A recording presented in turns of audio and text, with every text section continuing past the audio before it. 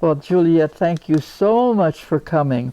Paul and I have interviewed, maybe 8 or 9 people now, and everybody has such a wonderful story, and they're all so different. And so I just welcome you to be a part of our little project here, interviewing elders and asking that key question, how did you discover the San Geronimo Valley? But first, I'd like your name and where you live, and then your story. Okay, my name is Juliette Valente, and I live on Railroad Avenue in Woodacre. Okay. And do you want me to start my story? Start your story. Paul, my husband, and I raised our 2 children in San Anselmo, and we moved there in 1976. And we lived there for 20 years, and the kids went to school at Brookside, White Hill, and Drake. Oh. Drake at the time. Mm-hmm. And then in 1986, my husband found a house here. We wanted to live in West Marin. Oh. So he found a house in 1986, but it was too small to move in with the kids. Mm. So we stayed there and rented it out. And it was great. We had nice people living there, but the place was overgrown, like completely overgrown, and with blackberries, everything you could think of. And in 1996, this is kind of heavy, but I had a brain tumor. Wow. And oh dear. For a year I was recovering. And in 1996, I had that in 1995. In 1996, my husband decided that we should move out to our house here. Oh. And we were so excited to move here. And he said to the kids, and they were grown up. They had gotten through high school. They were getting ready for college, but they hadn't yet made the decisions of what to do. And so Paul said, guess what? We're moving out to the valley. And they said, oh, when are we moving? He said, we're not moving altogether. Mom and I are moving, and you're staying here. And so they rented that house for years, and they got another friend, and they all stayed at the house in San Anselmo, and we moved out here in 1986. Oh. And we were supposed to be moving to Montana. We had bought a big house in Montana, like a farmhouse. Oh. It was a farmhouse. And we wanted to live there, and that was my dream, because my sister was up there. But the minute we got out here, Paul said, I'm home. I don't want to go anywhere. I'm here. And we both agreed that we would be here, and we've been here ever since 96. So that was really, it was the best thing we ever did. It was, Paul got immediately rooted. yeah, he just knew this was it. And I'm actually from Marin. I grew up in Corte Madera, and my grandparents built their house in Corte Madera in 1911.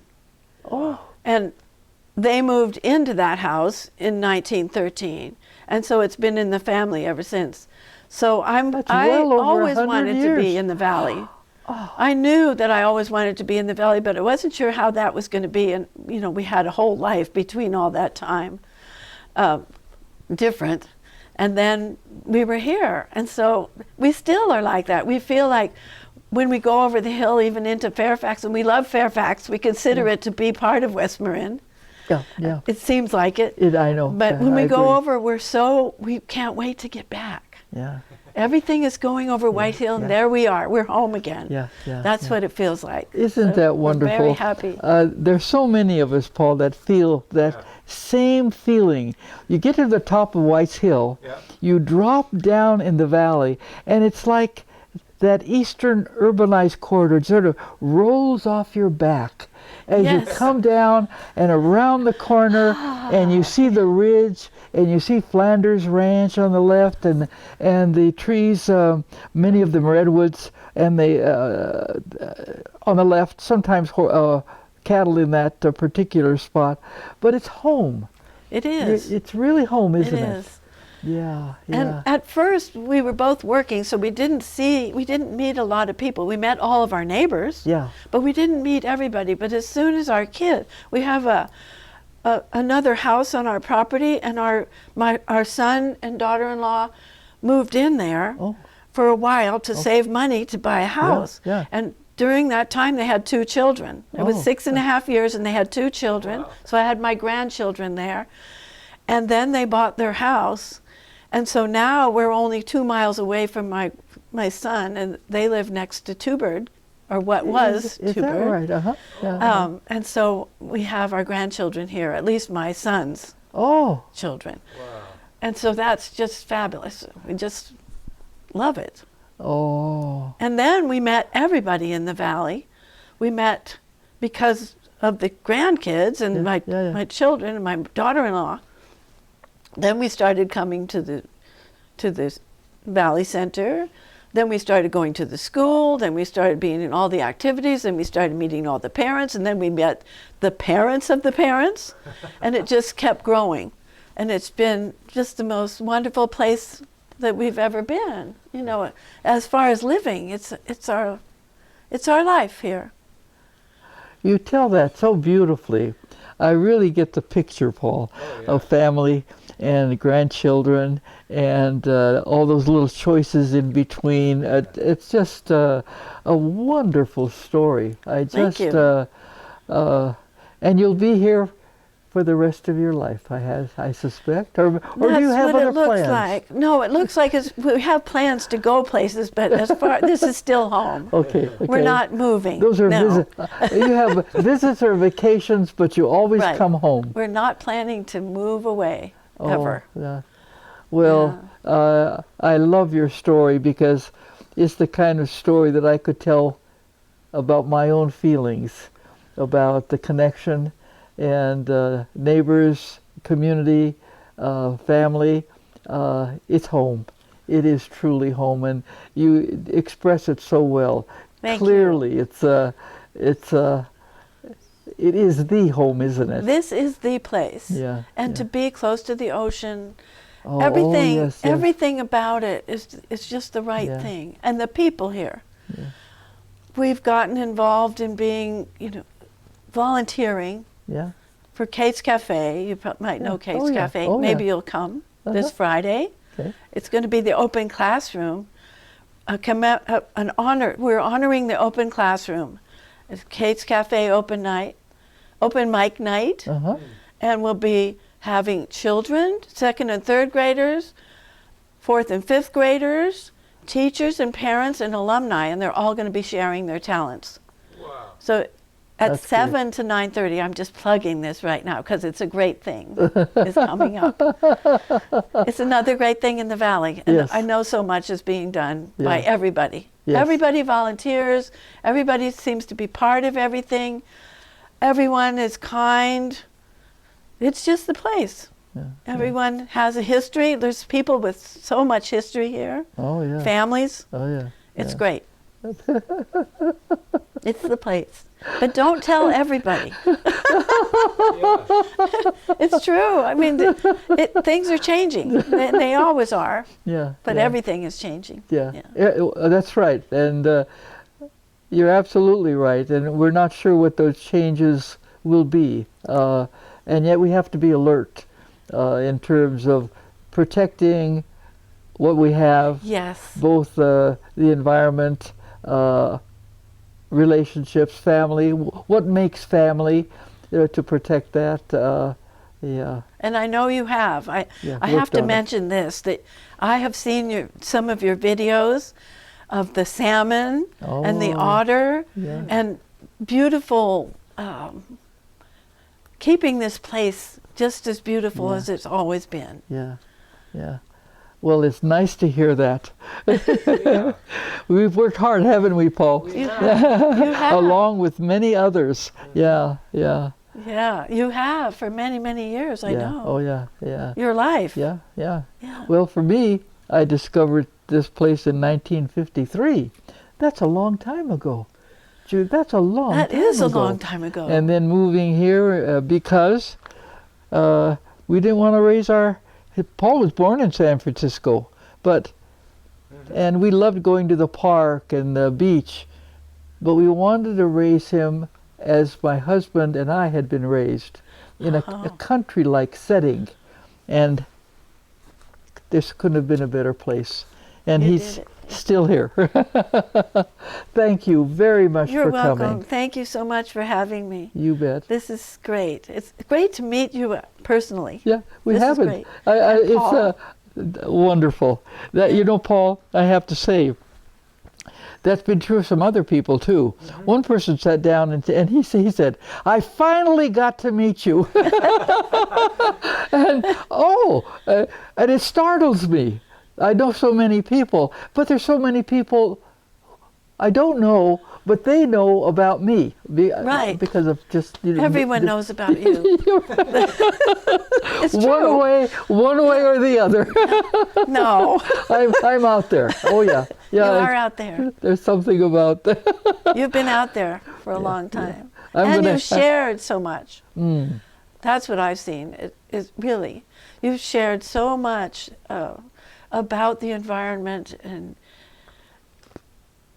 keeping it the way it is and has been, and keeping everything just as beautiful as it always has been. That I've seen in you. Thank you. Your husband and your family. Thank you very much. Really. There have been some kind words coming my way. It's really nice, Paul, to sit here and know that those things that are so close to your heart and your head, and the blending of heart and head to make it happen, and some being patient, being aggressive when you have to, and never giving up. Never giving up. Like those are my favorite ants. Never give up, and so you just do that, and if it's right, if it's meant to be, if it's a right thing, it happens, and we've got it. We have a beautiful valley with people like you who understand what it means and why it's important, and the gift we have that carries on with family. It's just wonderful to hear. It's so nice to have my husband loving this, my son gardening, having gardens out here. That's what I do. I garden, and I grow garlic. I grow everything you can think of. And my husband has our property it looks like a park when you come in. He keeps it so nice. He just loves it. He just loves it. And he works there every day. He has his little shop. He makes bowls. He makes vessels. They're not called bowls. He turns them out of the wood right from all around here. Wood from all around here.